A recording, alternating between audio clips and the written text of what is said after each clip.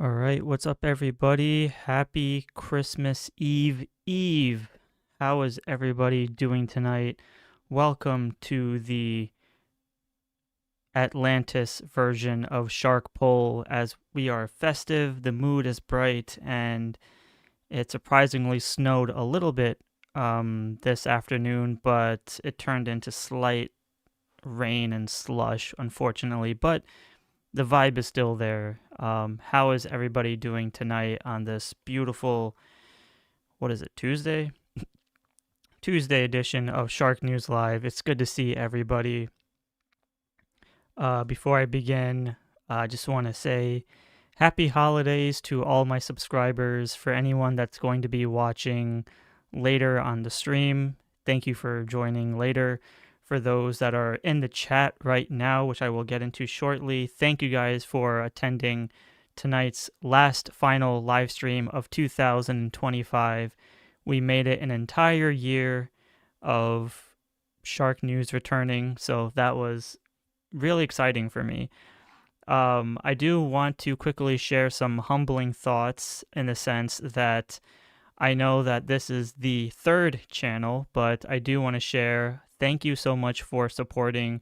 I am aware that there's tons and tons of better G.I. Joe content out there. I know there's better YouTubers out there. I know there's better channels out there that do more better G.I. Joe news than I do. But for those that are here, thank you guys so much for still being with me on this journey. I really do appreciate it from the bottom of the shark heart in Atlantis. I really do appreciate that. Because I try to, moving forward with this channel, I try to be as cautious as I can with what I'm posting and with what I discuss in these videos without stepping on toes. So, thank you guys so much for supporting the channel and for everybody who continues to, watch my videos, liking, and for those who are subscribing and finding the channel, even though the algorithm on this channel has been not the best, but we're getting there. I'm still very appreciative for those 2.5 thousand subscribers. So freaking awesome. I appreciate that. Still got a long way to go from 15, but we'll get there eventually. So let's take a look at the chat. We have Yule Not Yule, first one here in the stream, says Red Rover, send Shark on over. Awesome. Wilfredo Diaz, we have Good Evening Shark and everyone else here tonight. Anakin Solo says, I call this shit Arctic abuse, lol. That's nice. We have Joe Barrett. Shout out to Joe Barrett, who's probably going to have one of the best Christmases ever because his wife will be surprising him with some great gifts, as he mentioned in one of the comments in my previous video. So I cannot wait to see what you'll be getting. So hopefully it's going to be a great Christmas for you. And also shout out to Joe Barrett, who also has been interacting with me through emails and has been a supporter since the first channel. So thank you guys so much thank you, Joe, for always keeping in touch. I really do appreciate that. Then we have the legend Ionic Blood 666, of course, says, what's up, peoples? Merry Christmas. Hell yeah. Of course, we got another legend, Alan Balcom. Oh, I mean, so many legends here in the chat tonight. Wilfredo Diaz, Yule Not Yule, Anakin Solo, Ionic Blood, Joe Barrett. Amazing. We have G.I. Joe 1981 says, what's up, Shark? How's it going, brother? Thank you so much for joining. I love your Wild Bill display photo. That's pretty cool. We have Miss says, Merry Christmas, Shark. Merry Christmas to you as well. We have Flaming Crow says, hey, Shark. Thank you. Now I'm hooked on Mythic Allegiance. Dude, don't even get me started on Mythic Allegiance. That brand pisses me off so much. Those are such incredible looking figures, man. Yeah, for those who are unaware, I have another channel called SHARKNEWZ Extra where I talk about Mythic Allegiance figures. So if you want to go ahead and check that out, please go ahead and do so. That's been quite a journey in itself, learning about a brand that I was aware of by name. I just wasn't really familiar with the figures and what particular waves and, details and designs, because I've always heard in the past, like, I don't know, 5 years how Mythic Legions were one of the best lines ever. So I was aware of it. I just never fully went on to look at to see what was the hype all about. And once I did, I was like, oh man, crazy. So yeah, I mean, thank you for joining those videos, Flaming Crow. I mean, those were amazing, amazing looking figures. We have Title Manishir. What's going on, brother? Says Merry Joe-Miss, everyone. Yes, yes, yes. You know, it's like the G.I. Joe animated series episode where Cobra Commander is standing by, or he's standing outside the G.I. Joe headquarters, I think, and he's saying Merry Christmas. So that's basically what it feels like right now. We have Sabotage X88 says Merry Joe-Miss. Oh, did I read that already? But anyways, Title Manishir says, what's up, everyone? Happy pre-Xmas Eve. And Sabotage says, Merry Joe-Miss, everyone. Shout out to Sabotage, who has a very awesome G.I. Joe classified collection. So for those who want to see his collection, check that out. That was a freaking awesome video, man. Kudos to you.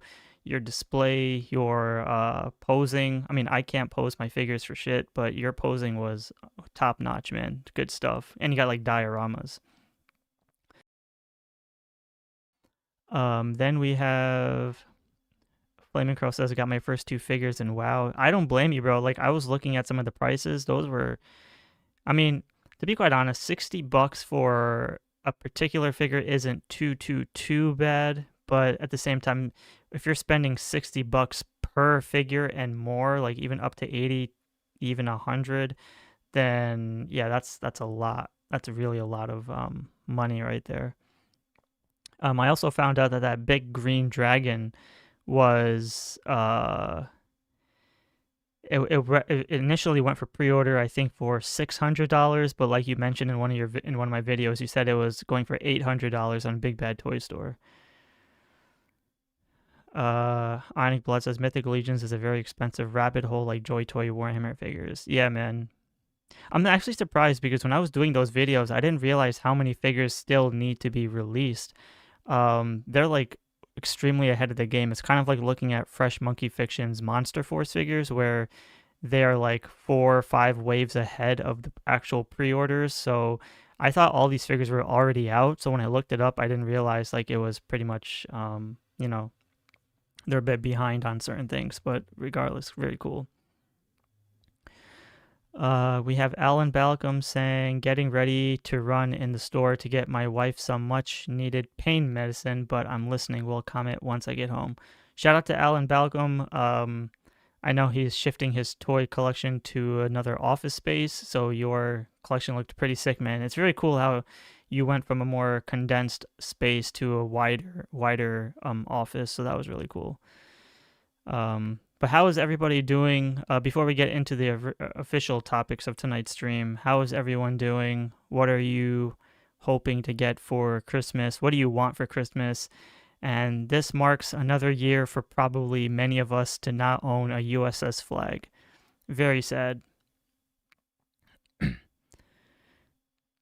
Very, very sad that I have no USS flag under my non-existent tree. But one day, the USS flag will arrive. One day. Because when I was looking at prices for USS flag, it initially was the thing that's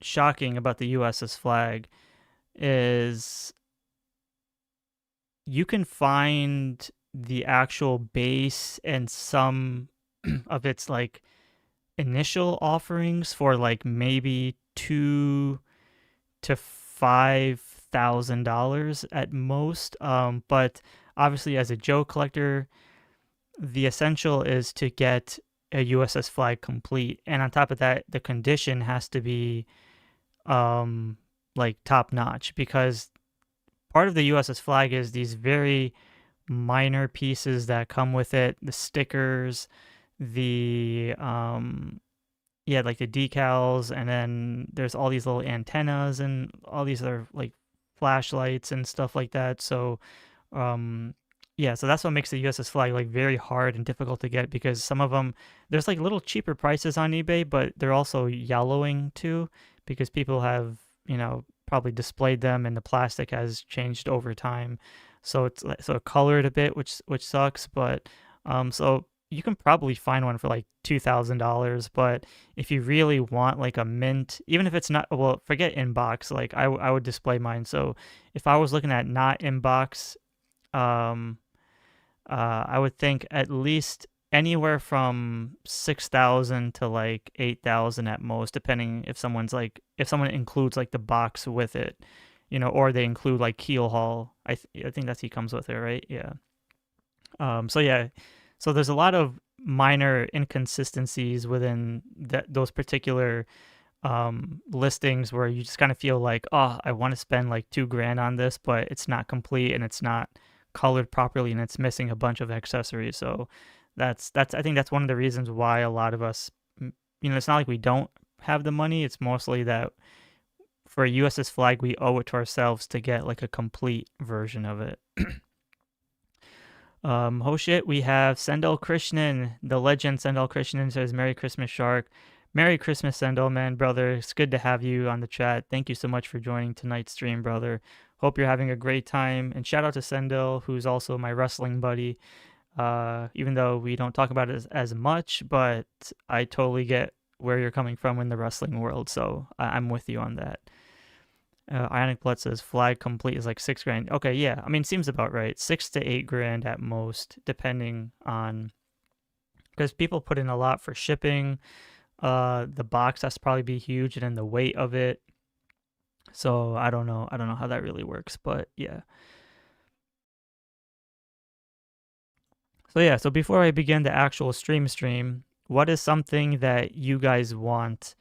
That you've always wanted. It doesn't really have to be GI Joe, but what's a holy grail that you guys always wanted but was never able to get? So if I were to start, I would say, that's actually a very good question now. Yeah, I think mine would definitely have to just be like a USS flag at this point, or maybe a Cobra Terradrome. I don't know. Chris Bouchard, welcome to the chat, says hello and Merry Christmas. Merry Christmas to you as well. Thank you so much for joining. Alan says, my grandkids and I swapped spaces. I took the playroom and we moved their toys down into my small office space. That's actually a better idea, because sometimes I feel like basements or like smaller spaces make it less messier, because then all the figures can be more there in like in your face, rather than when you have like a bigger room, you can like lose a lot more, and kids tend to like throw things around and just do crazy stuff. But yeah. Sendel says, I couldn't miss the last stream of the year. Thank you, man. Thank you. We have GI Joe 1981 says, I want a nice complete flag, but I really want a Defiant 100% complete. All right, so GI Joe 1981, I want to piggyback off of that question or that answer. What figures would you put in your Defiant? Let's say you had a 100% complete Defiant, and let's say you are someone that opens it and you display it, and it's like your holy grail centerpiece. What few figures would you put inside your Defiant that you take out of your original O-Ring collection?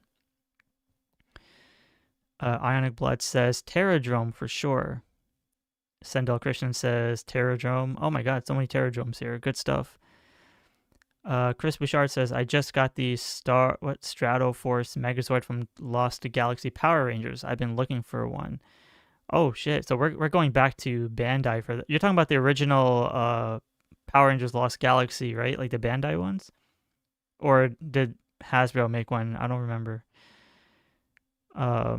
Carlos Salinas, welcome to the chat, says my holy grails are international figures. I want an OG Cobra, what? Lidl and Kangor. Hold on, I gotta expand this.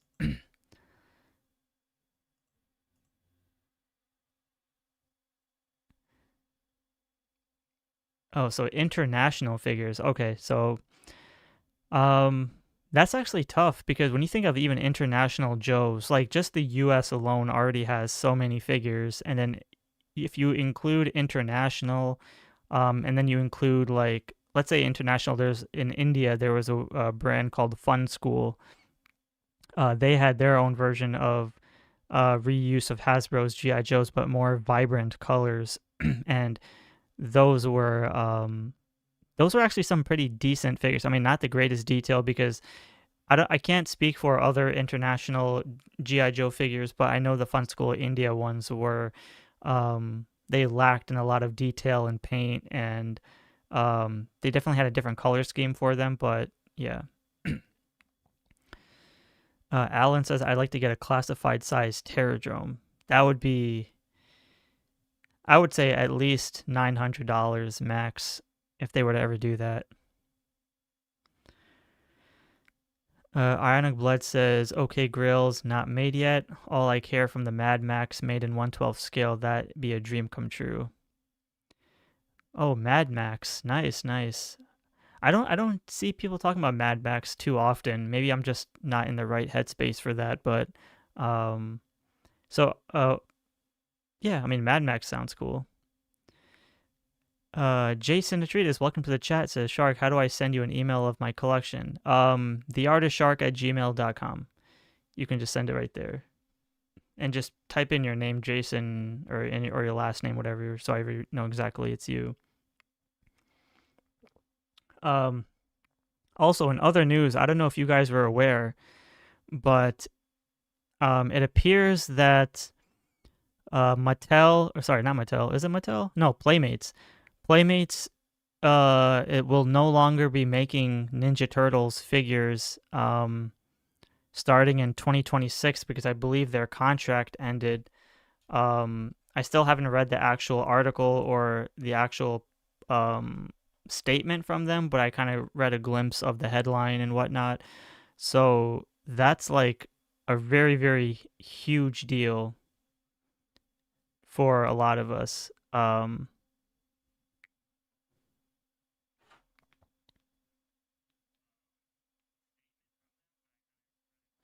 Because I know a lot of us grew up here in the 80s, collected the Ninja Turtles figures, and they've been doing Ninja Turtles figures for like whatever that 1980, whatever that what year was for Playmates. So the fact that they're no longer doing it, that's pretty bonkers to me. Jason says the audio is gone. Still seems fine on my end. Can you guys still hear me, or is it gone on everyone else's end? Flaming Crow says Mad Max would be cool, complete with the cars.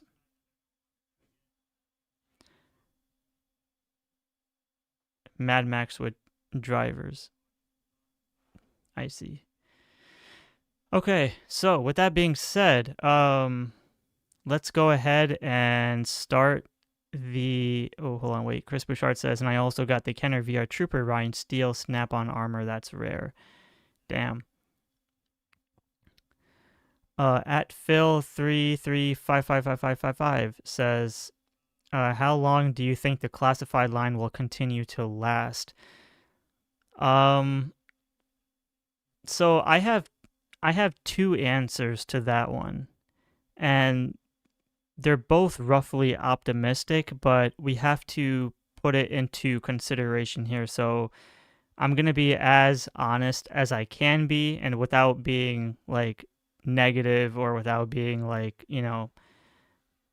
whatever. But the point, so to answer your question, Phil, the classified line, if you look at it in an optimistic approach, in the sense of if you know how many figures have been made in general, and if you know how many characters there are in G.I. Joe, or how many variants, sub-teams, and the possibilities of creating brand new characters, which we'll talk about in today's stream, it could practically last us another. And if you do like, let's say 4 to 5 figures per wave, and there's about how many? There's a good few. We'll say like 8 main events throughout the year, and then Walmart Con, Target's Collector Con, and then Pulse, Hasbro Pulse exclusives, et cetera, like single releases and stuff like that. If we look at it from a long-term perspective, I give it at least, again, with all the characters, a good, like, this is going to be a far-fetched answer, but I say about like 15 to 20 years. And the reason why I say this is because if the G.I. Joe team continues to make like these new characters, like the Arctic troopers that we're going to talk about shortly, if they continue to do that, that pretty much pushes back the time frame it takes them to create other main characters that we all really, really want. So it prolongs the possibility of ending the line sooner, which is a good thing because you want to keep the line as long as possible.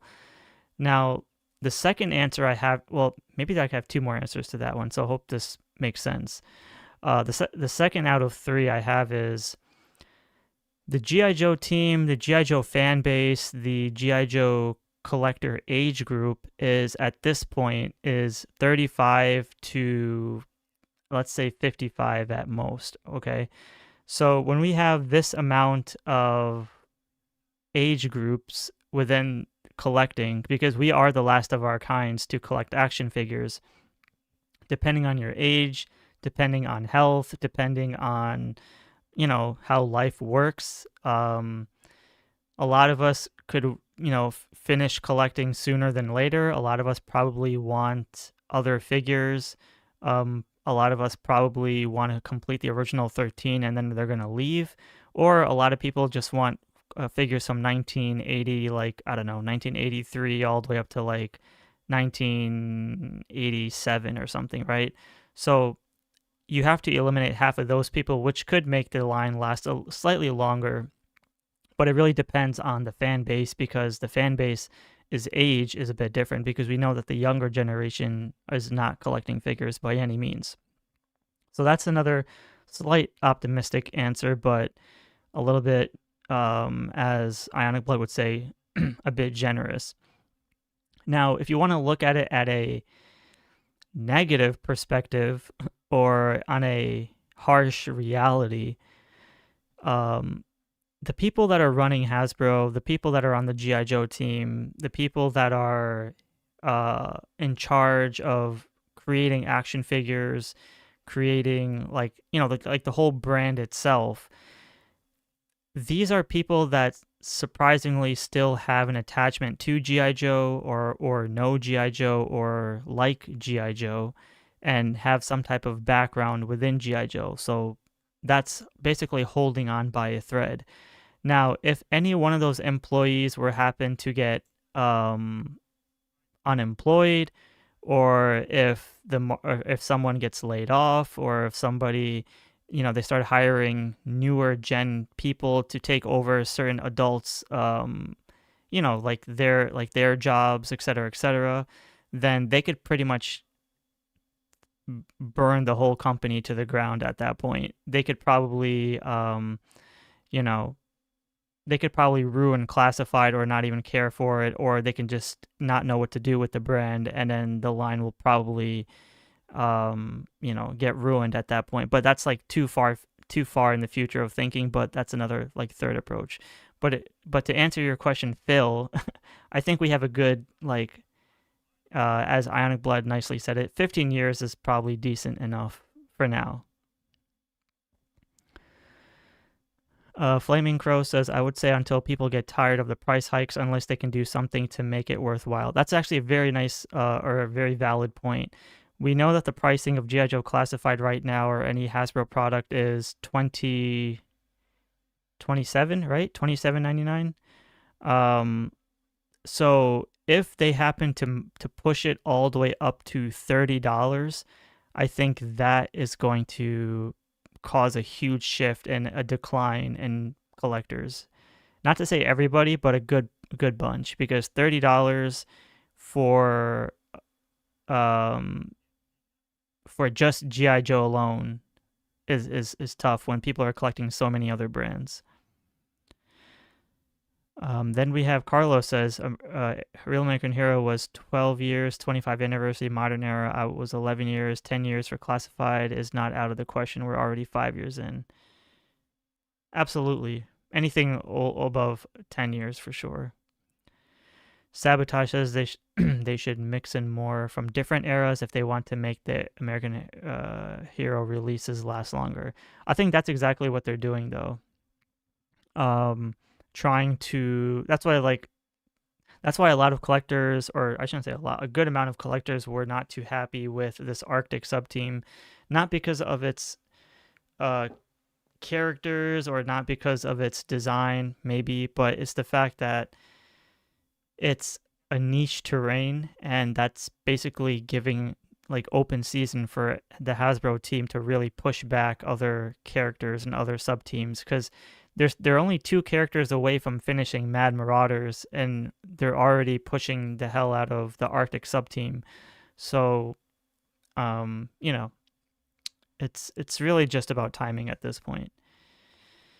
Did I see the new Shogun Warriors trailers, Christopher Bouchard? I did not, but I'll check it out after the stream.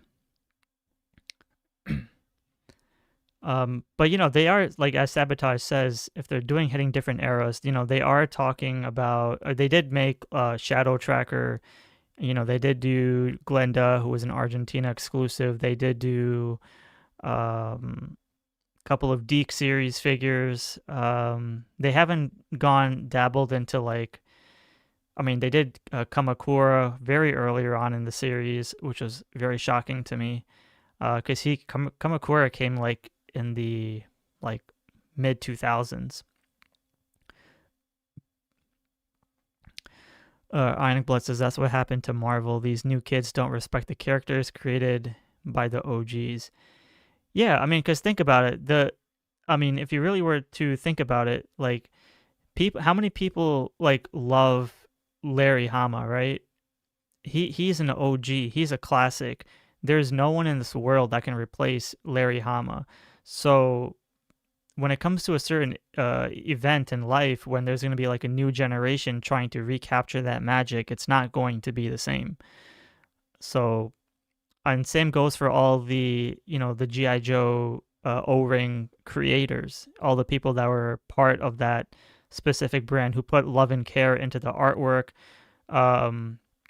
who put in a lot of effort into the biographies, the backgrounds, the character modeling, or even just the designs of certain aesthetics of the military feel to these figures.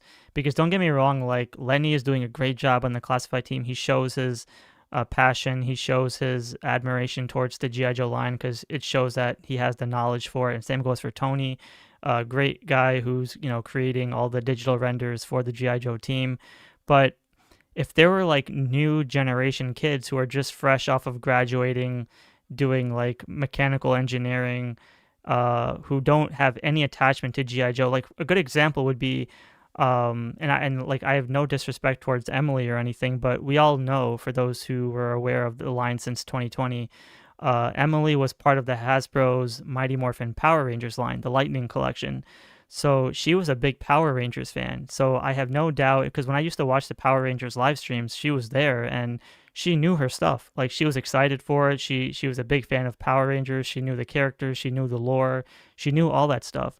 But when Power Rangers Lightning collection went down and canceled, she switched over to G.I. Joe. And even though people give her a lot of hate for not knowing G.I. Joe, but it's you're taking someone who knows a different brand and bringing them onto G.I. Joe. And she really had to do a lot of research to figure out what the hell G.I. Joe even is. So that's a clear indication to tell you, the future generation of people that are going to be working at Hasbro at some point in the next 10 years, they have a lot of educating to do in order to know what G.I. Joe really is all about. So that's, it's crazy to think about.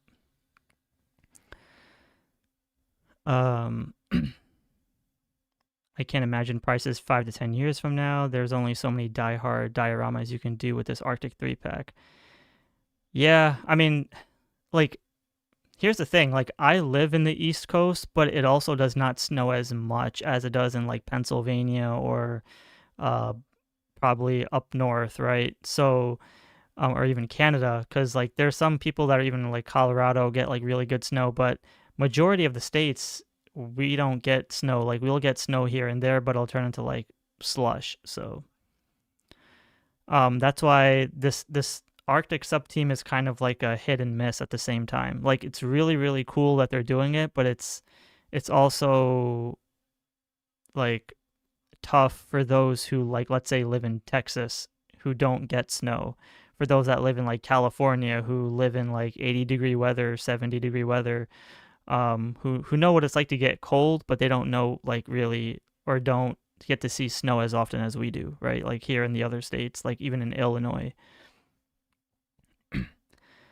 Phil says, I'm 18 and collect Joes alongside a group of other younger collectors, but I think we're the exception. Oh, shout out to Phil. He's an 18-year-old on the chat. Very cool. Welcome. I had no idea I had someone this young in the chat or the stream. Welcome. It's good to have you.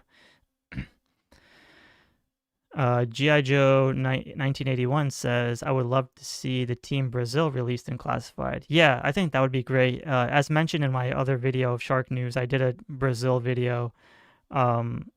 They still have to make the last figure, but all the other ones can easily be repaints at this point. Kamakura and Agent Helix were very early, says the Loneliest Monk. Welcome to the chat. That's awesome. Okay, so now let's talk about what you all probably came here for, because I don't want to take up too much of your time. Onic Blood says we're all uncles. Oh man.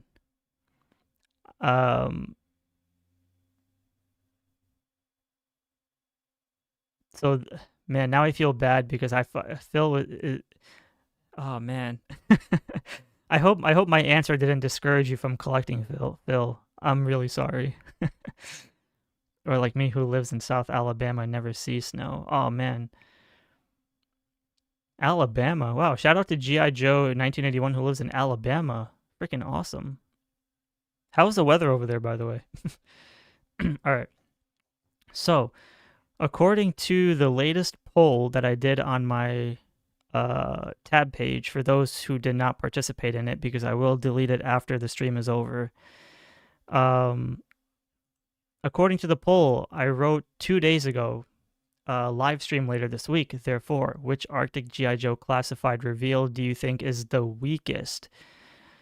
So, based on what we have here, out of the consensus of 538 people who voted, which I thought was very surprising. I was expecting at least like 50 people to do it. We have, surprisingly, Saw Viper was 21%, so he's more of the fan favorite of the three. We have Night Viper, aka Drift Viper. Sorry, I misspelled Drift Viper with Rift Viper, but what difference does it make? Because it's Night Viper in white. With 36%, and then making it at the #1 spot as the weakest figure according to 43% of people out of the 538 votes, is the Steel Core figure, which is very surprising to me. I thought this one would actually be one of the stronger ones, and Drift Viper would be the weakest, but apparently people have a lot to say about the Steel Core one, which I thought was very fascinating. So for those who are watching and have no clue what's happening at the moment, Lenny did confirm in the Adventures in Collecting podcast, which they were a guest on that live stream, confirmed that this is actually a 3-pack and not a 2-pack, as some have speculated to say, or having even individual releases. Now, I do want to share some thoughts about why this is a good and bad thing. But let me read some comments. Carlos says, the next generation of G.I. Joe fans will be influenced by Robert Kirkman's version of G.I. Joe. Oh my goodness, yeah, you're right.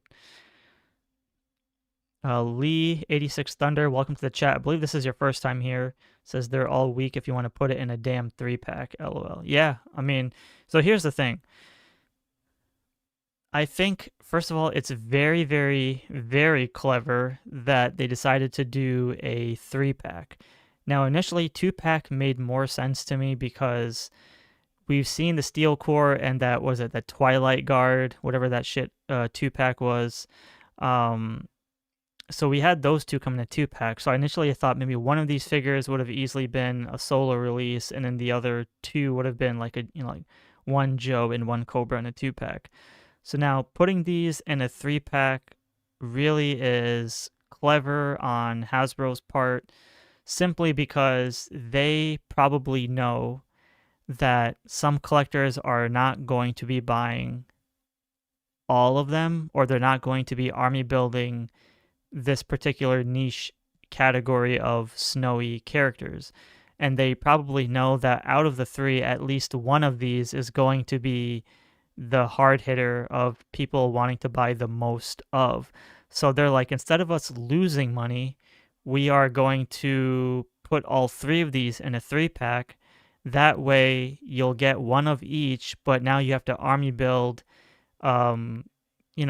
so many just to get like 5 or 6, let's say, Saw Vipers, but you're still, I mean, it's kind of a win-win because you're still getting the Steel Core and the Drift Viper, but for those who have no interest in those, now you're also stuck with the rest of them. But like I said, it's not necessarily a bad thing because you can collect or army build the rest of them, but the real takeaway here is also how much is this 3-pack going to cost us, and is it going to justify the price of giving us 3 already re-released characters in white? So we'll go more in detail shortly, but it's a very tricky scenario, and I kind of laughed when I heard it, but it was very interesting.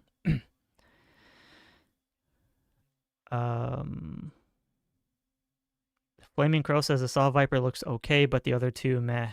Yeah, we'll definitely talk about it shortly.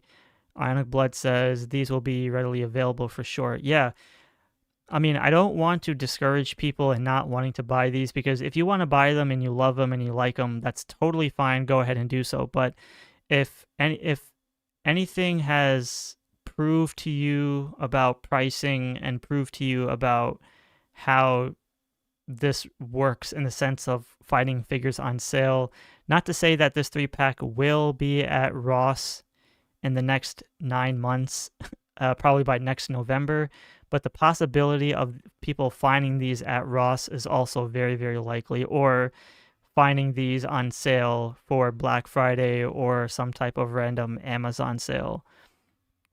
But even if they're not, the only other way people can save money on these is you buy a 3-pack, you buy 2 or 3 of them, and then you sell the rest on eBay as a lot, and then people can go ahead and pick and choose whatever the hell they want. So it's like you might save a little bit money, but you might be missing out on, let's say, a Saw Viper, because somebody can buy like 5 of these or 4 of these, and then they'll sell like Steel Core and Drift Viper on their own. Sorry I'm late, Sharky. Please start from the beginning. Says Subazor. Oh man, you didn't miss too much. GIJOE 1981 says, so how are they going to release these in a 3-pack? So 1981, if you remember from the Haslab Hiss Tank, the 788 fire team with the Range Viper and the Trooper and the Officer, hopefully if I remember correctly, those were also 3-packs. And also, if you remember the Viper 3-pack, which also came in that long box. So I feel like they're just going to utilize the same exact method, except since we have the window packaging back, we can actually see the figures in the window, which will actually be great because it's been such a long time since we've seen 3 figures in a windowed packaging aside from the Cold Slither 4-pack. Let's see here. Flaming Crow says, I didn't get the Snowcat, so I'm not really interested in the snow characters, with the exception of legit characters like What? Oh, with the exception of legit characters like Snowcat, Iceberg, and etc. Yeah, so if I were to, really think about this, as much as I love the Arctic team, obviously the essentials are really, for me, Iceberg, Snowjob, and Frostbite. Now, Snowjob is already hard to get, and I don't have it. Frostbite is part of the Haslab, and I didn't fund it. And then Iceberg, we have no idea what's going to happen with that. So I'm already like 0 for 3. But if they could re-release all 3 of them at some point, I'll be a little bit happier. And maybe I'll pick them up at that point.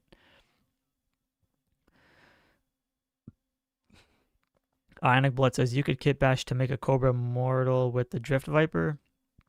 Yeah, you could. I mean, that was the fun part about being a G.I. Joe collector back in the day, was you just, unscrew the figure from the back and then just mix and match different, figure parts to create your own character. And that's what made G.I. Joe also really fun, to give us like a brand new character. So I think kit bashing is really not a bad thing to do. Carlos says, I'm guessing $90. Oh shit. I mean, I don't think you're wrong. Well, $90 might be probably in the ballpark. I would say at least maybe 60. No, I would say 69. I'll say like $70. I'm gonna go for $70. That's as far as I would go. But let's take a look at the first figure, and then we'll talk about what we like and don't like about it. So the first one we have here is none other than the Steel Core, Arctic Steel Core. So you guys in the chat, you tell me, what is it about this figure that you don't like or you do like about this figure? And let's see how we weigh in the options of this. Raging Sherbert says, Merry Christmas, everyone. Welcome to the chat, brother. Thank you so much for joining.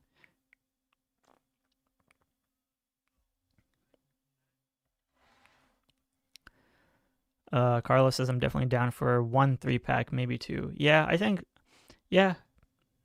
2 is pretty decent. I would say 3 if the price was really, really reasonable, but with the way the world is, I think 2 is fine.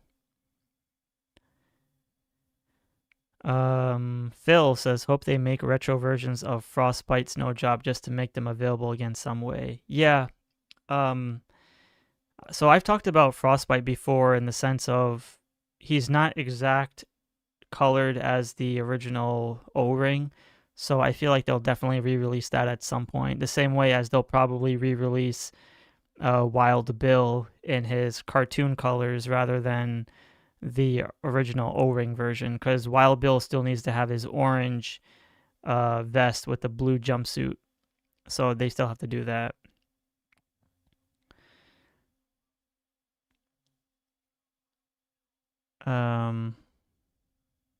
Ionic says, I like the Big Ben gas mask and color scheme, but the weapons are ass. What is it about the weapons that you don't like? Carlos says, I want 2 Steel Core figures, one as is, the other for an Arctic Big Ben custom. Oh, yeah. We'll talk about Big Ben shortly. I came prepared. Alan says, I don't like the Steel Core figures in general, so I have nothing good to say about this figure. Ooh. Raging Sherbert says 3-pack will be $100. I see you, Subazor. I see you. Don't worry. I'm not neglecting you. So let's just hold on. Let's get this one out of the way, and we'll come back to this. If we look at the comparison of the Steel Core and the Big Ben figure, now, granted that a lot of people have mentioned that, they're not necessarily a Steel Core fan. Now, I'm personally, I think the Steel Core figures are freaking amazing. Like, I love them. But when I look at this, I forgot where I was going with this. Yeah, so we can see here, is it roughly same boots, same, I think I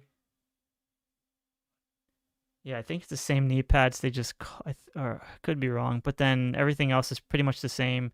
They took off the bandolier and gave him a strap instead. So that's why I was a bit confused because I didn't see the, the collar on the Big Ben figure, but it seems to be more, underneath the bandolier. But yeah, I hold on. Sabotage says, as much as I'm not interested in these three, when we see the actual figures, they will probably look pretty good. Yeah. So that's another thing. It's also going to be, helped by the photography from shooting the galaxy and other ways.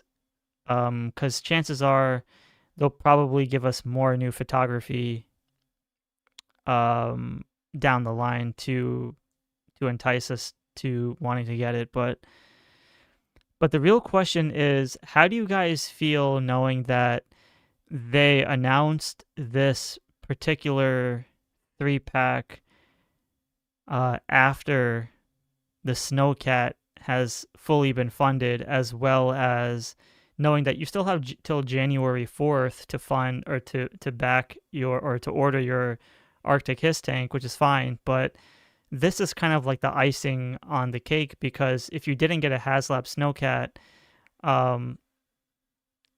then you also didn't get the you probably didn't get the Arctic Hiss if you didn't already have the original Hiss tank.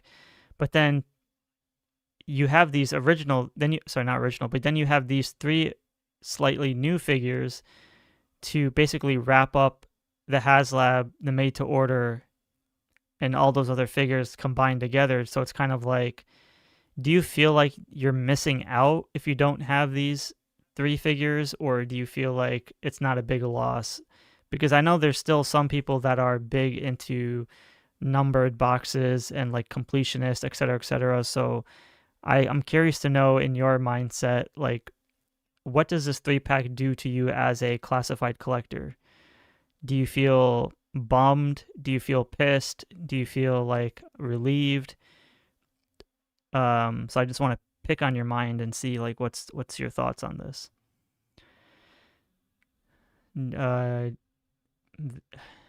Joe 1981 says they could do something more to the steel cores and give it that wow factor. It's just a little bland and plain.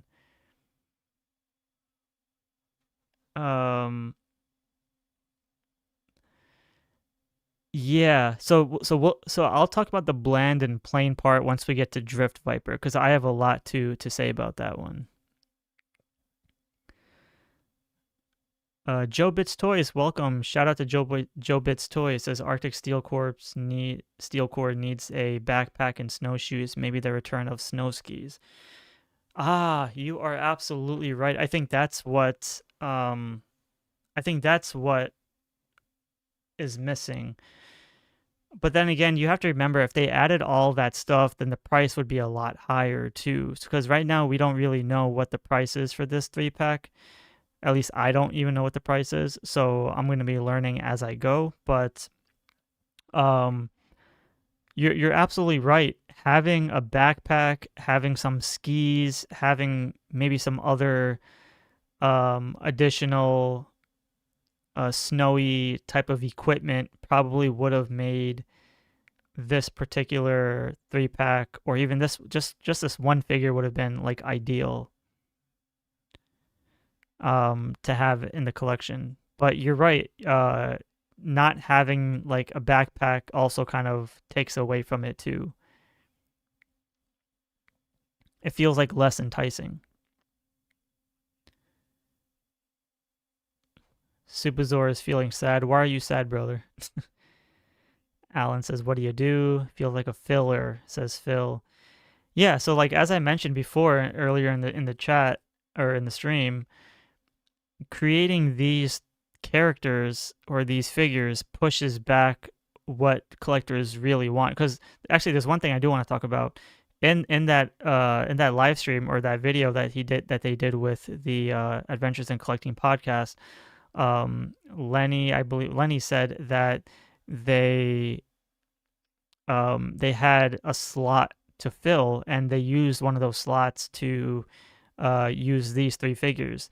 Now, that's totally fine. Like, I'm not a toy designer, or I'm not like a business guy, so I can't, you know, justify their reasoning when it comes to like pricing and what fits in their budget, etc., etc.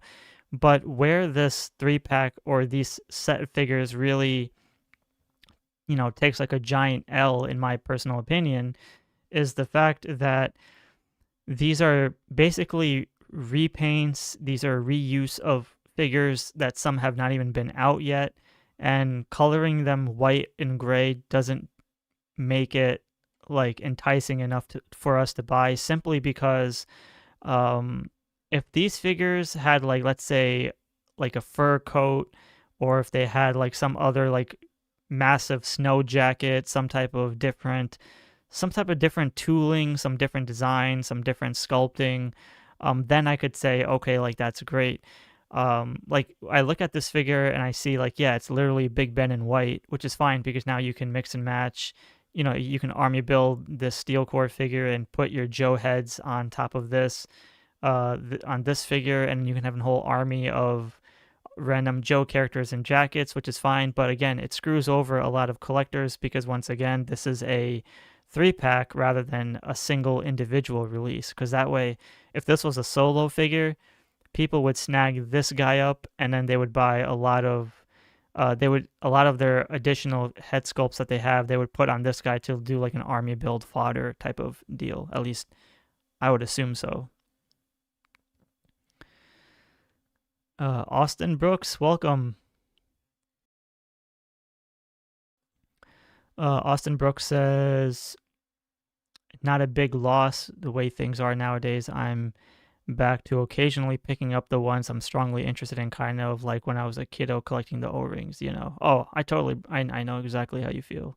But welcome to the chat, Austin. It's good to have you, brother. Superstore says, not seeing a backpack with him. Flaming Crow says, people would have had something other than a snow job in the Haslab. That's true. Lee86 says, they're cool. I'll almost never buy a 3-pack, though. Ionic Blood says, you're right, and they never reuse snow job skis either. What a waste. Well, I guess because they just wanted to really make it an exclusive style of a figure, but yeah, they should have added some skis or something. Joe1981 says, definitely like that idea of a backpack and some skis or snowshoes or equipment would have made the figure really cool. Definitely needs a backpack. Yep. Craig, welcome to the chat, says, Merry Christmas with 3 shark emojis, says Arctic Shark. Oh, what a sick name, Arctic Shark. Looking forward to more of your content in 2026. Thank you so much, brother. Yes, sir. 2026 should be a good year. Knock on wood. Raging Sherbert says that Steel Core is going to get so many head swaps it won't be funny. Only reason it exists, in my opinion. That's true. Yeah, I think part of their intention is, like, I can see them putting a quick kick head on this figure. I can see utilizing, I guess, even a Duke figure. You can even use a Star Duster head sculpt for like a general, I don't know, like random ass character named somebody else. I mean, like, so yeah, possibilities are very endless with this one. Austin says a 3-pack Sub-Zero, Avalanche, and Blizzard would totally be worth it. And extremely pricey, in my opinion. Lee86 says reuse is okay. I agree, yep. But otherwise, like, at the end of the day, like I said, like, I don't want to say big, but I am a pretty decent Steel Core fan, so I love collecting the helmets. But this is just one of those things where it just pushes back what we really want in the line. So it's not a bad release. It's just it's like it kind of gets a little bit underwhelming, because if, like I said, if they had created a newly designed figure, something completely like out of the ordinary, then I would have been like, holy shit, like they really wanted people to buy the Haslab Snowcat, and it'll really make people want to buy the Arctic Hiss tank. But because they're just giving us what people already have, but in a different color, it's kind of like, well, where's the imagination on that one? So it makes sense to me. All right, so let's move on from the steel core guy. But yeah, otherwise it's I think it's okay. But yeah, going back to the steel core and Big Ben, we can see here that aside from the bandolier, and I think, so yeah, it's about 98% the same exact figure. Ironing Blood says steel cord helmet locked behind a hostage pack. Yeah, I know. It's very unfortunate. But also one of the things is that the steel core helmet is also not like exactly a new tooled figure. Oh, that's also what I wanted to talk about too before I dive into the next figure. I like, again, I don't work there. I don't know what the budget is and how much it costs them to create figures and whatnot, but the fact that they're going to be charging probably an arm and a leg for these 3 figures, it probably didn't even cost them barely as much to make. All they probably had to do was just take already the existing files that they already had, color them gray and white, and then, kit bash a few things here and there, and then sell them at like a $70 to $90 price point. Right? So it's just like, how much at a loss were Hasbro's team really at compared to how much they're going to be making in profits for those who bought a Haslab Snowcat and an Arctic Hiss tank and will want to get this 3-pack for this particular steel core figure to create as additional troop and army builders, or even wanting to get the Saw Viper or the Drift Viper. So they'll probably be making more money than they'll be at a loss, because again, they're just taking what they already have. They barely tooled anything, and it's just recoloring. So clever. I mean, but then again, this is nothing new in GI Joe world. We've seen stuff happen like this before many times back in the day, so it's not shocking, it's not surprising. It's just kind of annoying, because in 2025 and 26, like, we should be at a stage in toy collecting where, like a $1 billion company like Hasbro should be investing a little bit more money in their figures and giving us like top, like, state of the art style, even though they're not like super duper high end collectible figures. But for the price, it needs to be a little bit more, I guess.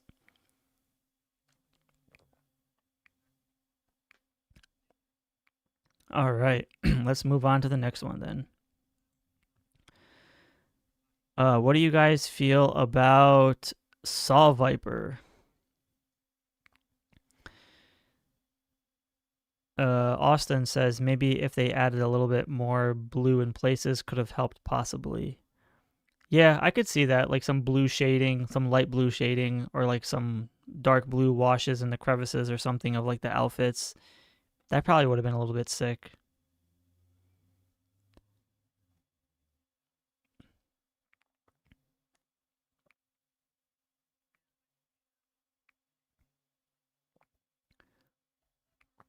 Yeah, I mean, if you're someone that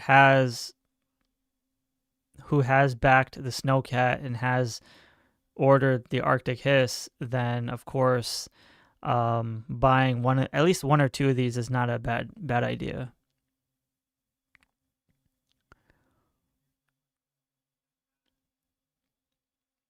Carlos says Saw Viper is the best of the 3. Joe Bit says this is a much better paint job than the purple. Yeah, I guess I could see that. Joe81 says I like this one the best of the 3.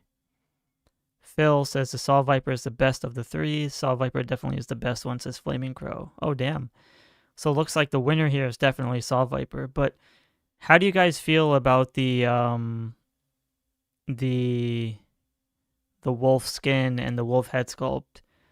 And how do you think they're going to, do you think it's gonna look bulky because that wolf coat is not like a actual fur, like it's not like a cloth piece. It's just molded plastic. So do you think it's going to look really bulky? Do you think you'll have to either remove like the vest in order for him to put it on? Do you have to remove the helmet to put the wolf head? Like what do you think the situation with that is going to be?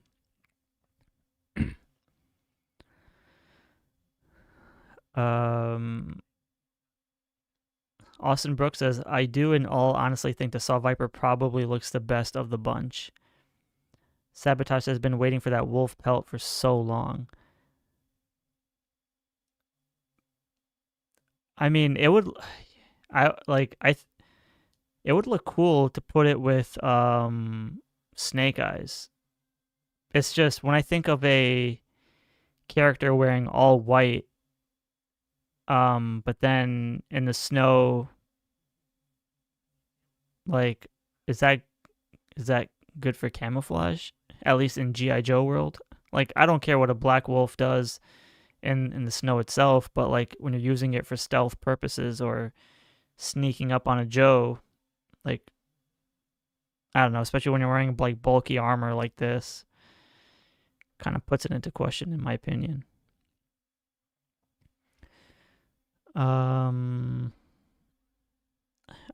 Ionic Blood says, saw people trying to put the wolf head on a cape accessories on the original Saw Viper. It doesn't work. Yeah, I figured it probably has to need some adjustments there. Dave, yeah, because you can, yeah, so if you use the wolf accessory with the traditional Saw Viper, the one that came with the Snow Serpent, see how that works out, and then we can see what the consensus of this would be too. But Ionic Blood says it doesn't work. Dave McDonald says, I only collect Cobra. I don't want the Joe, but I can see the mixed 3-pack as a good marketing idea. Welcome, Dave McDonald. Welcome to the chat. I think this is your first time here. But yeah, it is a good marketing idea, 100%. Jobit's Toy says, reminds me of the Krull White Slayer soldiers.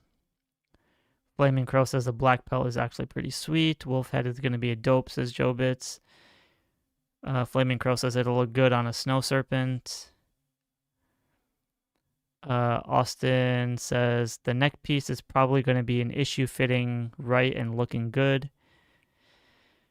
Jobit says the wolf head is made to fit over the white flat helmet.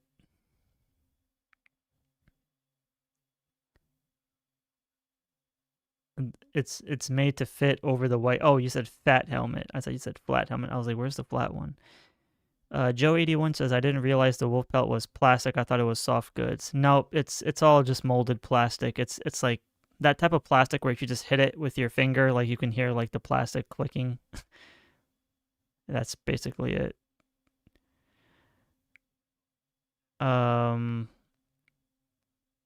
Raging Sherbert says the Saw Viper is tight. Must admit, I'll try to get one serpent on eBay or something. Carlos says, I like the wolf pelt. Glad to see it being reused. Makes sense in this set. Okay, that's good. As long as you guys are happy, that's all I care about. Who cares what I think? Phil says, my wish is that they release a Quinn figure as part of the Arctic subline. Oh, Quinn is a figure that a good few people want. But he's an extreme deep cut at the moment. So will he be... How will they package Quinn? So that's another thing, because he needs a sled. He needs like a bunch of, like at least 6 wolves. Or, I don't know, whatever. That would be ideal for it, though. My wish is that they... Oh, I read that. Alan says that's jacked up putting a wolf pelt on Snake Eyes when he has a...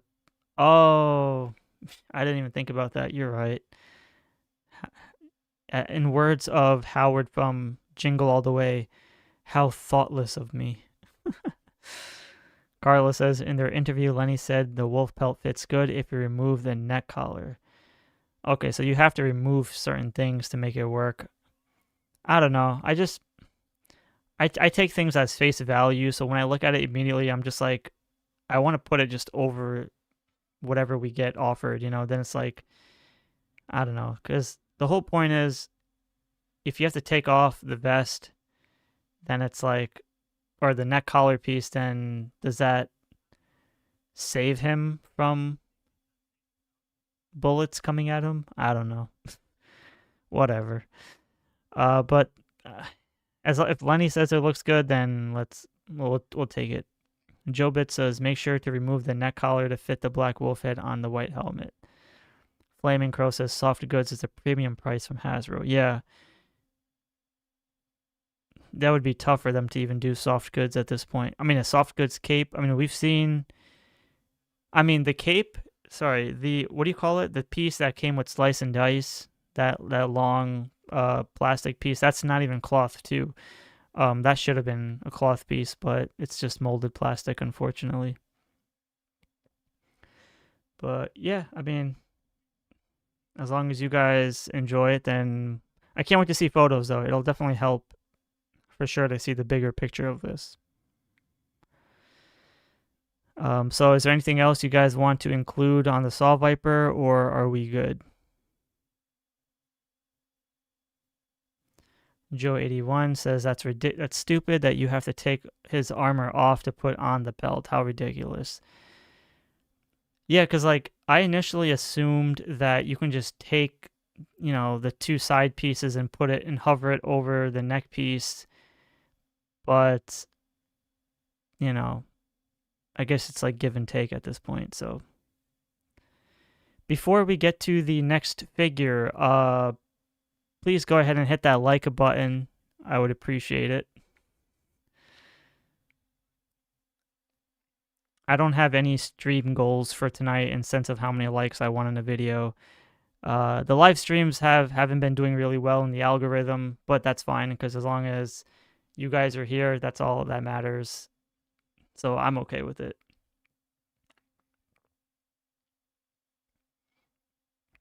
Joe says, moving on. Alan says, Hasbro is just now getting around to adding soft goods to their Star Wars Black Series line. Maybe G.I. Joe is next. Yeah, I mean, who knows what's up for 2026? Anything is possible. The armor doesn't have to be removed, only the collar. They're two separate pieces. Yeah, but I mean, like, for me, I feel like the collar piece helps the aesthetic of the Saw Viper, right? So it would be cool to still have the collar piece while you have the pelt, but I guess it just, I mean, I understand what you're saying. It's just, I don't know. But anyways, let's go to the next figure, shall we? Next, we have Drift Viper, aka Night Viper, aka White Viper. I feel like I'm going to be as honest as I can about this figure. This one, whether you like it or not, I feel like this one is kind of an insult. And the reason why I say this is because when you're taking a figure, right? You're taking a figure, you are just re-releasing the same exact figure, but you're coloring it white. And then you kind of have the nerve to be like, oh, it's not Arctic Night Viper. No, it's Drift Viper. Like, look, I'm all for the Joe team to create brand new characters, having the liberty to give us something completely brand new and stuff. But this could have easily been prevented had they just called it Arctic Night Viper. Like, that's like taking the Saw Viper we just saw and calling it, like, I don't know, Buzz Viper like Buzz Viper. So taking this and calling it another name, but it's the same exact color the same exact, like literally 99.9% just a different color scheme as Night Viper. I feel like it's like a slap to my face. So what I would have done differently for this particular figure at least is I would have went to the extreme of at least giving us something brand new to offer with this character, like um like a new, like at least some type of coat, or even if they changed the legs, or if they did like a something, I don't even know, like something to make it look more like Arctic-y, like a fur collar, or like some kind of jacket, a long coat. I don't know, but you get my point. Oh shit. 49er Brian with the $20 channel donation. Thank you so much, says Merry Christmas, buddy, with the Santa tree and shark emojis. Oh my goodness, $20. Dude, you did not have to do that, man. It's near Christmas. Please, no channel donations. But that's very kind of you, man. That was very, very generous. Thank you so much, man. I appreciate that $20. That's a lot of money, bro. Like that. Oh man. But thank you so much. That's very, very kind. I hope you and your family have a very, very, very, very, very Merry Christmas and a Happy Holidays as well. And give them my love and regards from Shark. And I also gave you the Shark heart as well. It sucks that I can't pin these channel donations though. 49er says I'm not into snow stuff. Yeah, I mean that's cool. A lot of people aren't.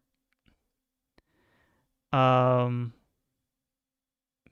says the algorithm doesn't like your channel, but we do. Yeah, that's true. Thank you. I appreciate that, Alan. Carlos says hard to judge on the Drift Viper without having the Night Viper in hand. That's actually very true, because I feel like that's another thing. A lot of people or collectors, we don't actually, yeah, Night Viper isn't even out yet, and the fact that they want us to already invest in another one is ballsy on their end, because for all we know, like, yeah, it could look really good, but will the figure actually be better in person? Like, I don't know. Night Viper is my favorite character, as 49er says, so I have every right to feel insulted. But, it is what it is.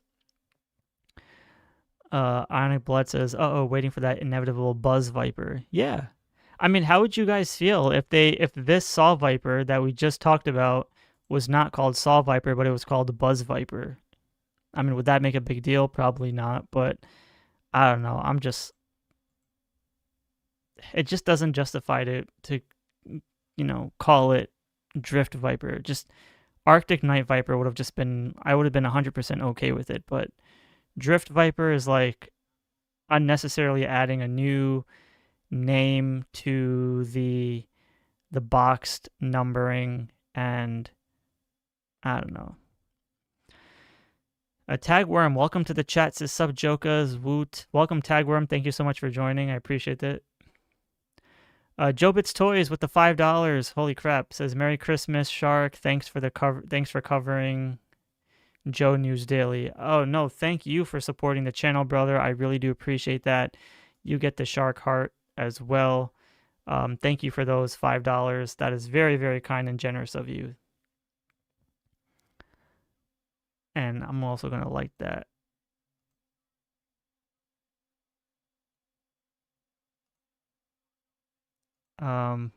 Yeah, honestly, like I have fun doing these Joe videos, and as I mentioned earlier in the stream, I'm already aware I'm not as great as other Joe channels out there. I'm already aware of that. But the point is, hold on, I gotta put this out there. The point of this SHARKNEWZ channel is to not act or be like I know everything about G.I. Joe, or like know that I know everything about G.I. Joe, or even how do I explain this? The point is, I want this channel to be as we take the news as it comes. Like, I don't know what's happening with the line, so if something happens, then we talk about it, and I react with it in first view as well as you guys. So, let's say if they announce a new figure tomorrow, I'm not going to know about it. So, I mean, in the sense of I don't know that they were going to make that figure, because I don't even know where the hell I'm going with this. But the point is, I want my reactions to be authentic and be first with you guys, because that's what makes this channel more fun for me, because we take the news as it comes. There's nothing that I know that you guys don't know. So whatever comes next, I'm going to be as shocked as you guys are. So it is what it is. I hope that made any sense. It's the eggnog talking, sorry. Why does YouTube not let me know when you're on? Yeah, the algorithm is not on my side. Antonio says, "Hey bro, what's up, Antonio? Thank you so much for joining." Says, "Happy holidays, ladies and gentlemen." Thank you so much for joining. Shout out to Antonio, great supporter of the channel. GIJOE 1981 says, "This 3-pack looks like those Marvel and DC figures that they call them comic sketch figures, and they're only in black and white." Yeah, it kind of reminds me of the old Ninja Turtles comics, the original first run where the turtles were in black and white, and they had the red bandanas. That's what it does look like to me. Oh shit, Usual Mike Television. Shout out to Usual Mike. Bro, I have not seen you in a very, very, very, very long time. How is it going, brother? It's good to see you. I know Usual Mike, shout out all the way from Australia. Holy crap. So cool. He says, "We watch your channel because you're a stand-up guy and authentic. Keep up doing your thing." Thank you so much, Usual Mike. I appreciate that, brother. It's good to have you. Man, I missed you, Usual Mike. It's been a while. Get your warm cup of cocoa and cold beer and lowball with bourbon, and let's chat, Joe. I mean, I have water at the moment, but yeah. Because the reason why I wanted to go live today rather than tomorrow or even after Christmas is because after Christmas, everyone just kind of, the whole spirit dies down. And then it's like New Year's, it's like, yeah, whatever, woohoo. But then once January 1st hits, it's over. We're all back to reality and life sucks again. So having a live stream before Christmas on Christmas Eve is like the most Yuletide spirit I can ever give.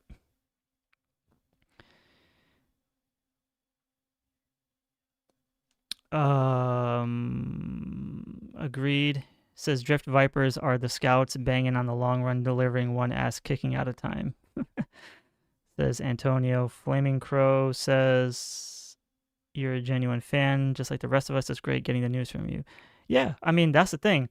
Look, I'm gonna be completely transparent about this. I'm a big, like, I respect Full Force. I have no hard feelings towards him. He's a great guy. He's a great G.I. Joe fan. Everything about what he does is awesome for the community.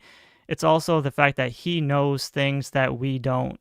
So the fact that he makes videos knowing stuff and then makes videos like he doesn't know things, I feel like that's kind of, it's wrong, right? Like, it just makes the subscribers feel like, oh, you're in the loop, but you're not telling us what you know. And that's good for him for whatever his reasons are and all the insider knowledge that he has. But I don't know anything what's happening with the line. So whatever happens, we take it as it comes and we react to it together. So that's the main difference of my channel compared to other channels out there. I don't care about leaks. I don't care about rumors. I don't care about other stuff. I want to enjoy the line for what it is, whether I like it or hate it. So it is what it is. Anyways, so up next, do we have anything else to say about Drift Viper, White Viper, Night Viper, or are we good?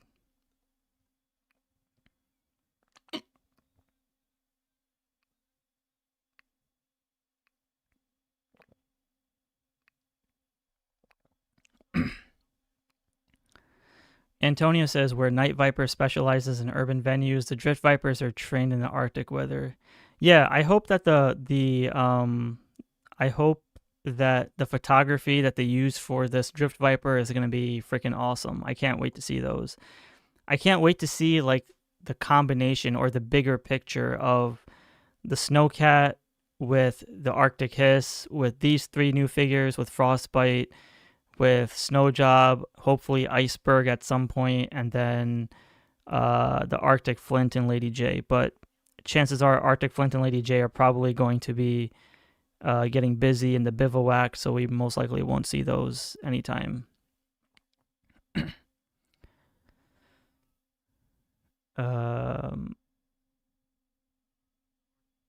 Usual Mike says, I have had most of 2025 off of YouTube. Oh, how come? I hope everything's good on your end, brother. Because I know you're more of a Star Wars guy, so but hope all things are well with you. But no, I totally get it. YouTube has not been the same since, I don't know, the past year and a half.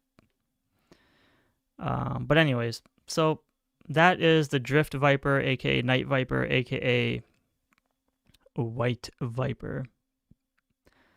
So is there anything else anybody wants to add to this, or are we good?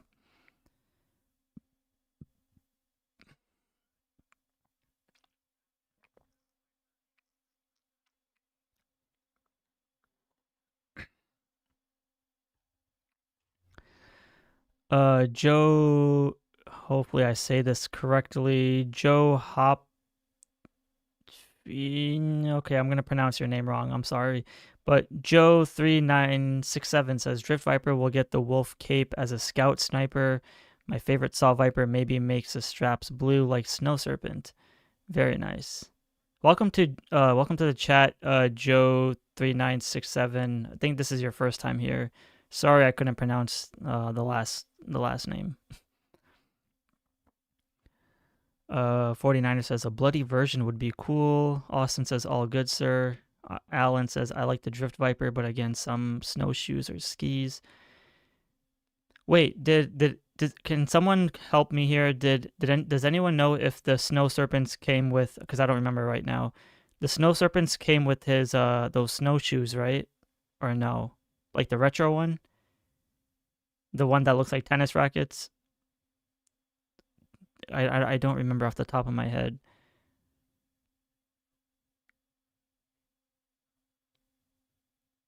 Thank you so much, Flaming Crow. That's very nice of you.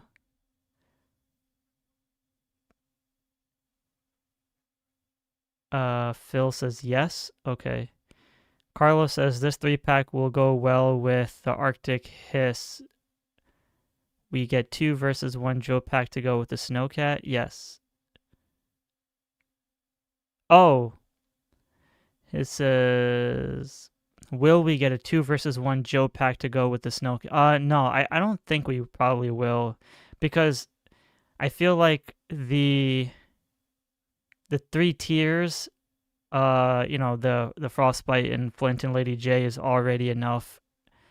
And then the what do you call it? The Steel Core, Arctic Steel Core figure is kind of like that addition to, because if you substitute the Bivouac with the Arctic Steel Core figure, then I think you can kind of substitute that. Maybe. Snowshoe, says Austin. Everyone says yes. Okay, thank you. The deluxe came with the snowboard. That's true. Tanaza, welcome to the chat, says the retro Snow Serpent came with the blocky shoes, not like the OG version. Okay. My brain was slipping. Alan says I got 3 in my office. Joe Bit says correct, Snow Serpent came with the snowshoes. All right, cool. Thank you guys. Appreciate it. Anyways. So let's move on and take a look at the bigger picture, what I like to call here. As we look at the remaining figures of what we know so far of 2025 moving on to 2026, just by looking at this as a whole, it already makes me cold. The thing that I find very funny is that how are we supposed to enjoy these snow figures in the month of July? Like, I can't even imagine if I were to sit here in my toy room sweating my ass off in like 90-degree weather talking about freaking snowy terrain characters. I don't like I'm going to be dreading that time. But regardless, when we look at all these figures as a whole, like I mentioned before, the photography, the dioramas, the pictures that all Joe collectors are going to be taking of these characters together are going to look probably really good. And I can't wait to see how that's going to look. Um, as I mentioned in one of my other videos, the Royal Guard is I would like to consider the Royal Guard as roughly a Snow kind of character, just because from the 1987 GI Joe movie, they fought the Joes in the snowy terrains, and the Cobra Law base is like kind of added somewhere near the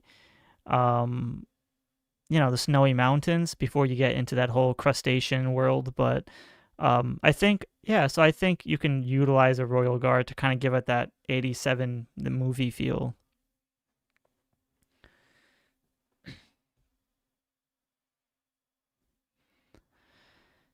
Um,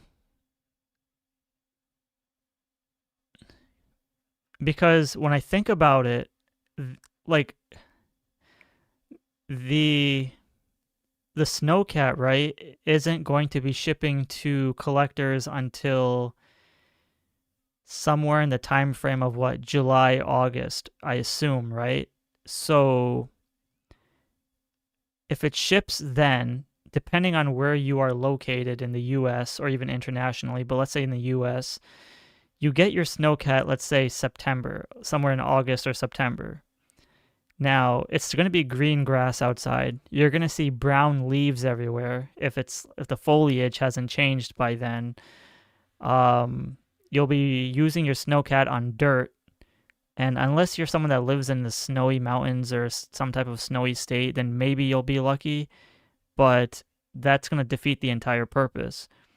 Now, the Arctic Hiss tank is another thing because that's not coming out until, at least if I remember correctly, December of 2026. So at the time of making this video, we'll just say exactly 1 year from now, the Arctic Hiss will come out, and we're going to come back to this live stream and be like, remember that time we were talking about a whole year ago when the Arctic Hiss? So then it's not until January of 2027 is when we're probably going to be seeing pictures of people with all of these things combined together. That's freaking insane. Isn't that concerning? Oh man. Tanasa says, does Frostbite come with his oversized scope on his rifle? I don't remember off the top of my head. But let me ask the chat, out of all these figures that you see here on the screen, which one are you most excited for, and which figure are you least excited for? And it doesn't even matter if you didn't back the Haslab or didn't get the Arctic Hiss thing. Let's say you had these figures anyway. Which ones do you think would be great, and which one figure do you think is bad, and which one figure do you think is great? At least based off of renders. The Hiss will ship early. Yeah, I would give it at least November. Possibly November. November would be a good date.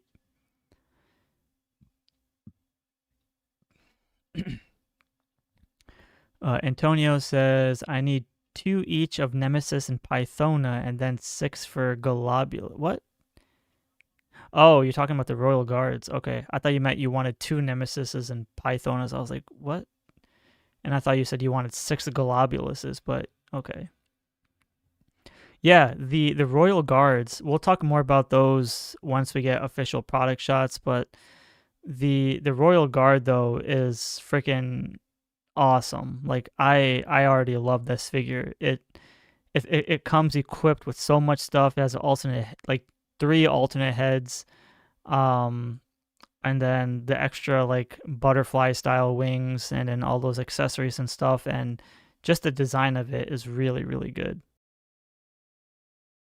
So I'm really excited to see what they're gonna do with Cobra La, because once again, um, this Royal Guard pretty much concludes the 4 uh, once a man Cobra Commander, Nemesis Immortal Enforcer, Pythona, now Royal Guard, which means the Globulus is the last one for them to do.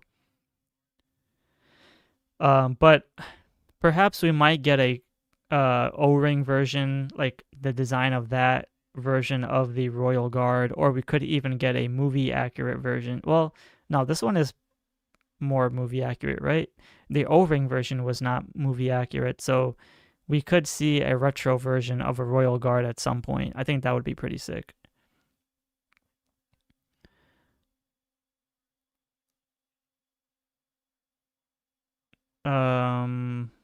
Most Arctic saw Vipers as Joe Bits, but the least is Lady Jaye.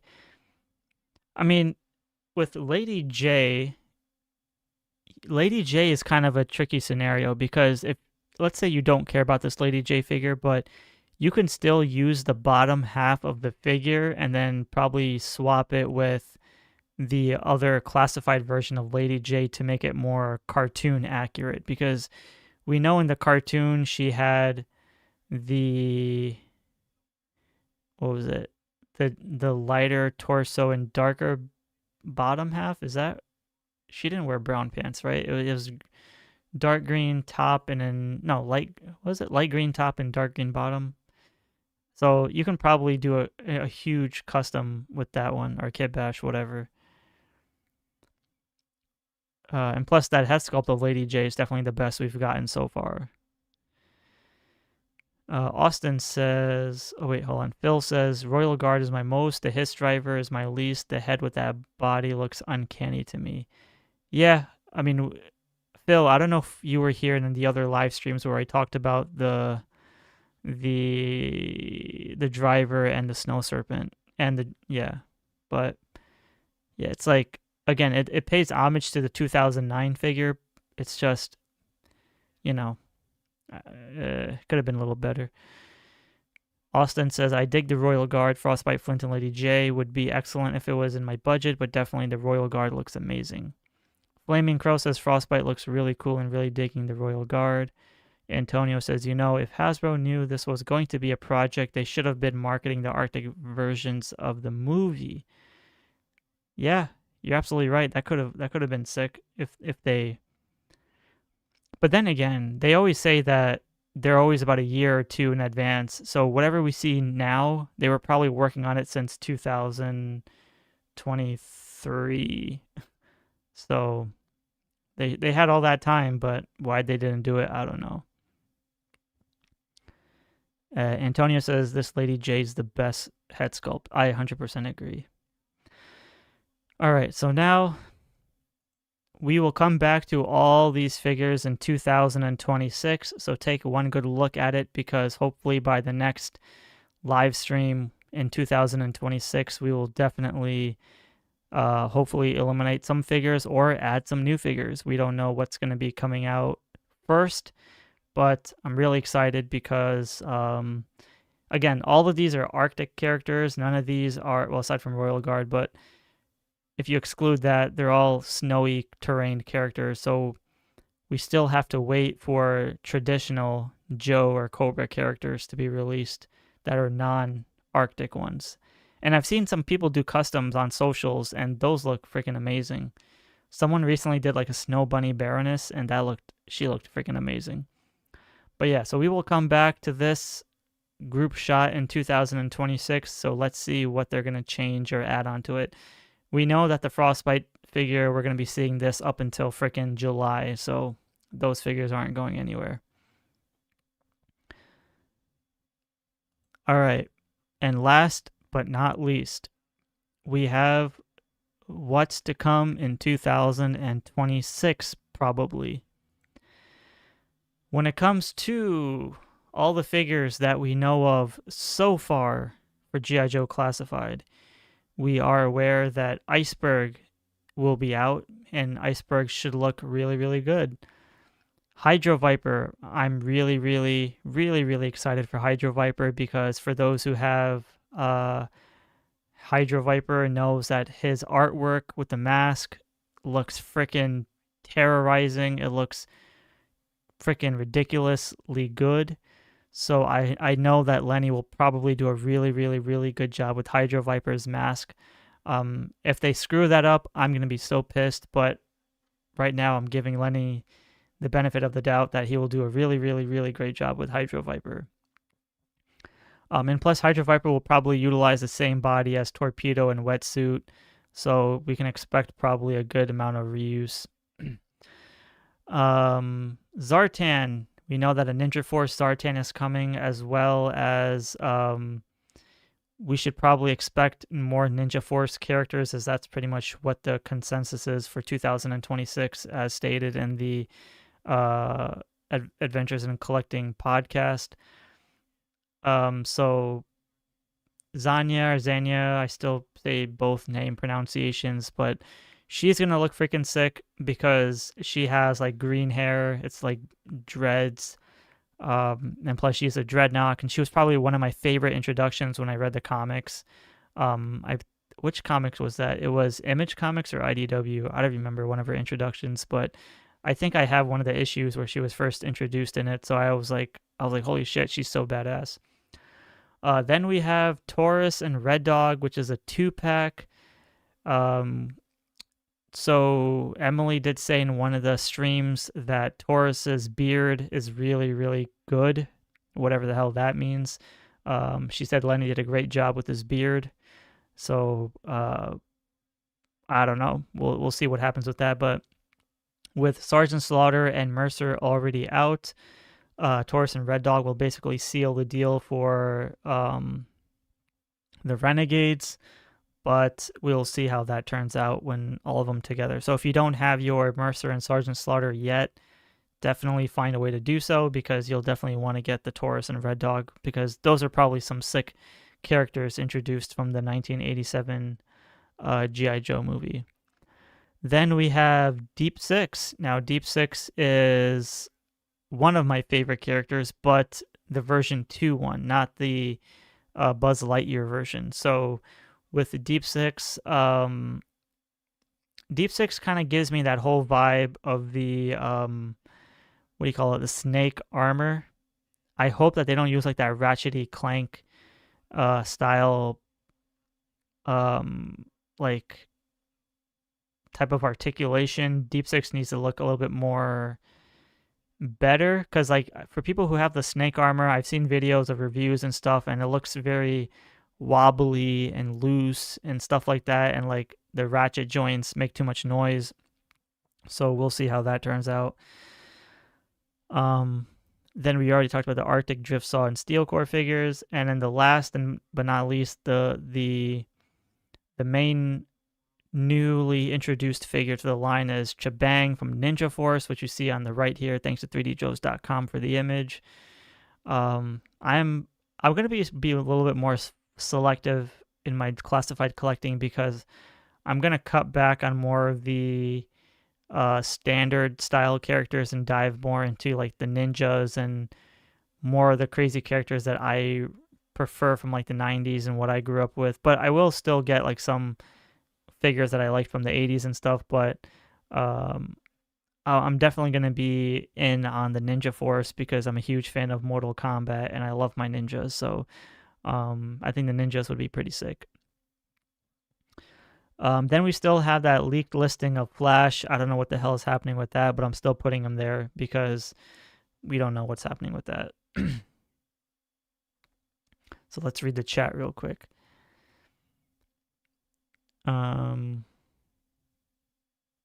Carlos says, put a Grim Viper head on a Snow Serpent. It looks amazing. Oh, shit.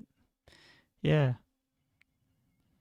Alan says, not to be off topic, but went into GameStop to look around, and their prices are ridiculous. They have a lot at $28, but they had a Retro Viper price at $29 and Televiper at $30. That's ridiculous. Yeah, GameStop is freaking overpriced as always.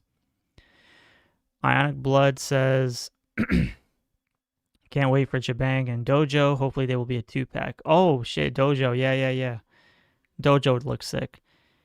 I mean, for those, I don't know if you guys seen that G.I. Joe Ninja, what was that? That Ninja animated movie from like 2009 or something. Let me see if I can get it. Give me 1 second.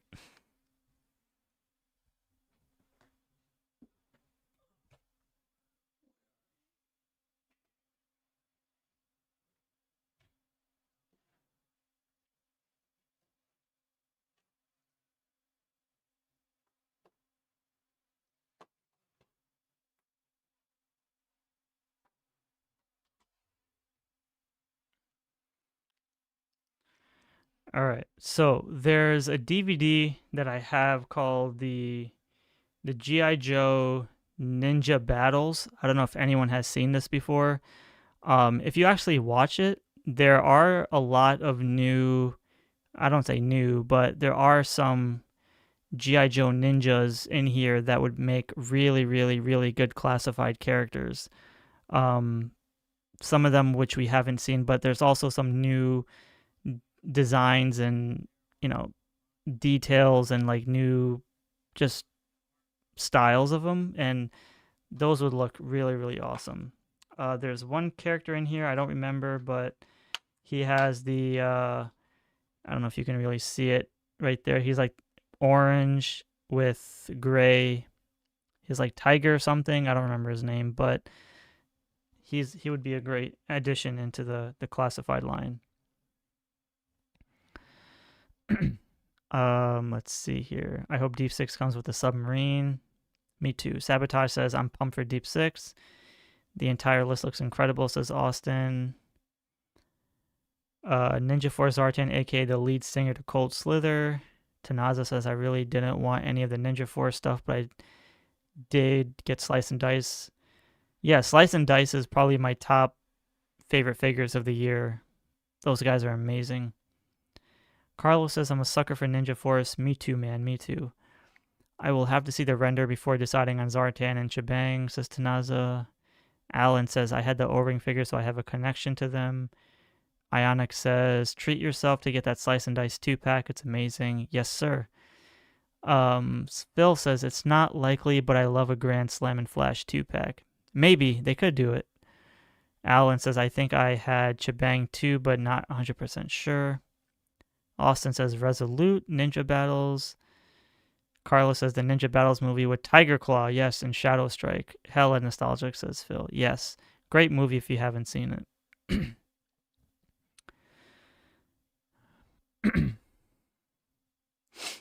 But yeah, like there's like still tons and tons of characters for them to make. So it's really exciting to see where they're going to go with it.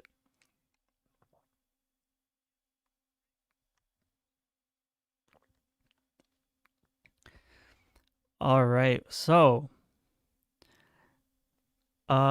before we conclude tonight's last live stream of the year, what are your top, let's say, what are your top 5 most wanted GI Joe figures that are not on this list that you want to be made for 2026? I'll start it off first. I want Muskrat.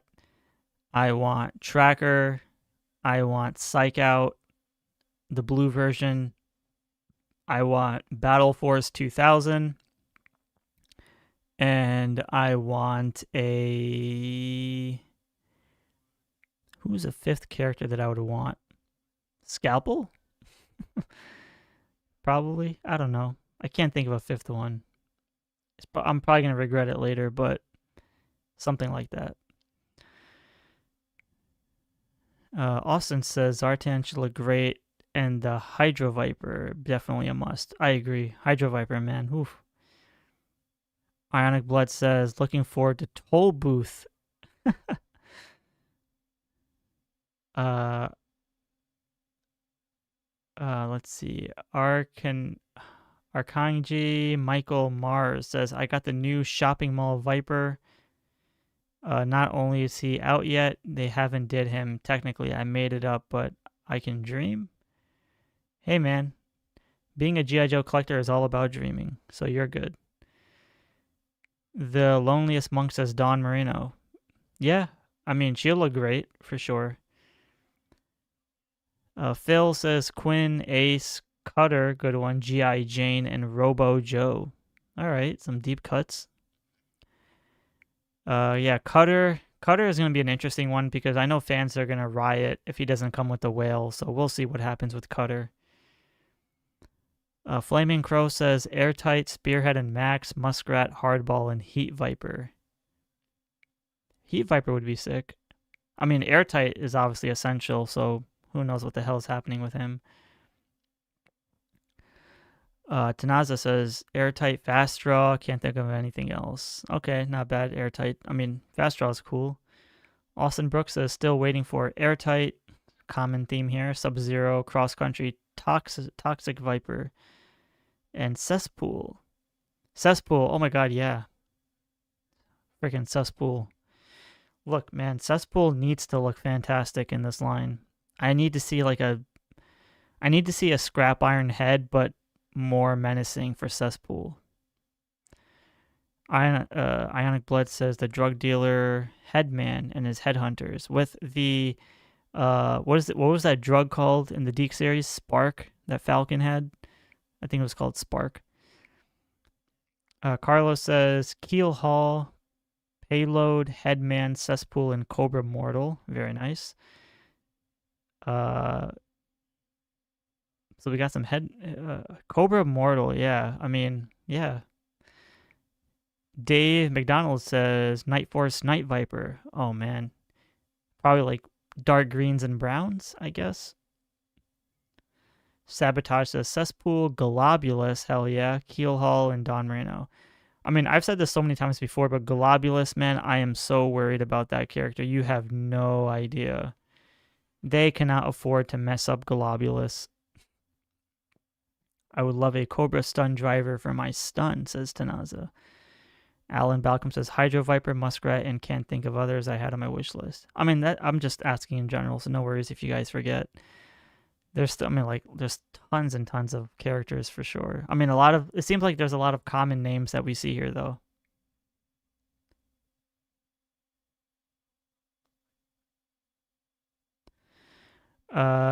Joe, man, I'm so sorry I'm pronouncing your last name. There's like so many letters in there. I'm sorry. Joe3967 says, thanks for the shout out. Of course, brother, no problem. Says, yes, it is my first time. No worries on the last name. I've gotten used to it. Recently discovered your channel and have enjoyed it so far. Shout out to Joe3967. He recently just discovered my channel, so thank you so much for joining. I really do appreciate you subscribing and even taking the time out of your Tuesday to join me on the live stream. That really does mean a lot to me, and I'm glad that you are enjoying the channel so far. That means I still have room for errors, but I appreciate you I appreciate you for being here, man. Thank you so much.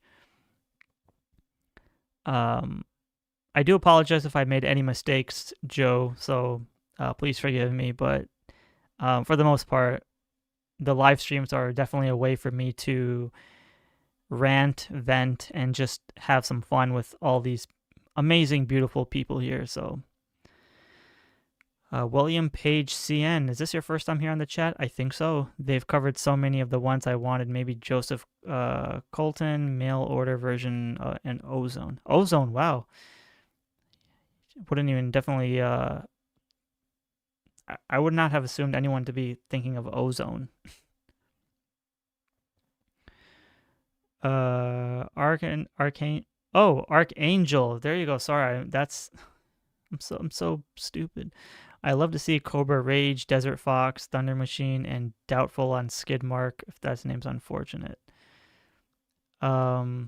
Thunder Machine, though. Of course. I mean, Thunder Machine seems a possibility. Alan says Globulus needs to come with the floating orb. Yeah, that little pod that he sits in. Very nice, man. First of all, I do want to give a huge, huge, huge shout out to everybody here in the chat and those that are watching. Thank you for making this Christmas Eve live stream always fantastic, and thank you to all the channel donators as well. I really do appreciate you guys, and thank you for making 2025 freaking a very wholesome year for me. I know we had all the other years become a rough start, but I really do appreciate it.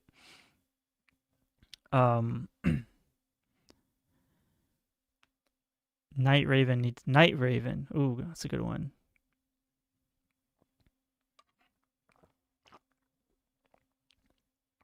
Joe81 says, I want an Iron Grenadiers Destro with the Despoiler, Grenadiers Baroness with the Ravage as her pet. Ooh, Ravage as a pet. That would be sick, actually. I wonder if they would ever do, like, what do you call it? Joe in Transformers. Payload and Hardtop.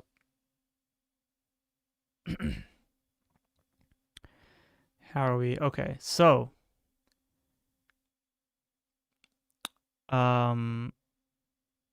with that being said, so I will definitely have more live streams in early of January because we still have to talk about the last remaining days before the Arctic His Tank officially comes to a close. Otherwise, forever hold your peace until probably November or December of 26. I will have my G.I. Joe yearbook video coming out, the last episode of 1992, probably on Friday or Saturday, one of those two. And then I should have one or two last videos to kind of end the year with Classified and talk about some of the other releases and what to expect for the year coming in 2026. The Thunder Machine is a carrot on the stick, is it not? That's funny. Fumbles with 2-pack with Trouser Snake. System has a payload and hardtop. That's a good one. Austin says, thank you, Shark Man, for keeping us all connected and informed. Happy holidays and Happy New Year. Yes. Thank you so much, Austin, bro. I really do appreciate that. And so just so I don't make anyone feel excluded, as we come to a close, I want to wish everybody a very, very, very happy holidays, a very, very nice Merry Christmas. If you do not celebrate Christmas, then still have a happy holidays and enjoy time with your family and all your loved ones. I won't get a chance to stream before the new year, but I also want to wish everybody a very happy new year, and hope all your toy collecting needs and habits hopefully become a little bit more stable. But I appreciate for all the support. I appreciate everybody for liking and subscribing any of my videos. And yeah, thank you for making this a very awesome community here on the SHARKNEWZ channel. I really do appreciate it. Thank you for not arguing in the chat. Thank you for not making it any drama. Thank you for no toxic or negative people. I really do appreciate all of us can be very happy, hopeful, optimistic, and just talk about the love of Classified and toys. And shout out to everybody here in the chat tonight, taking the time out of your days and time to write in the chat. I really do appreciate it. So with that being said, I want to thank you guys all for watching. If you're new to the channel and you're watching the stream later, make sure you hit that subscribe button, as 2026 should be a very good year for G.I. Joe Classified, and let's see where the line will be held. So I'll see you in a future live stream in January, as that's when I'll return. But have a great time with all your friends and family. Stay safe. Hug your loved ones. Enjoy collecting. Hope you get what you want for Christmas. And I will talk to you all in the next live stream in January. So with that being said, Santa Shark will be retiring the hat, unfortunately, soon. So this will be the last time you probably see me wear the hat. But thank you guys all for watching, and I will see you all in the next episode. And happy hunting to all you G.I. Joe fans out there.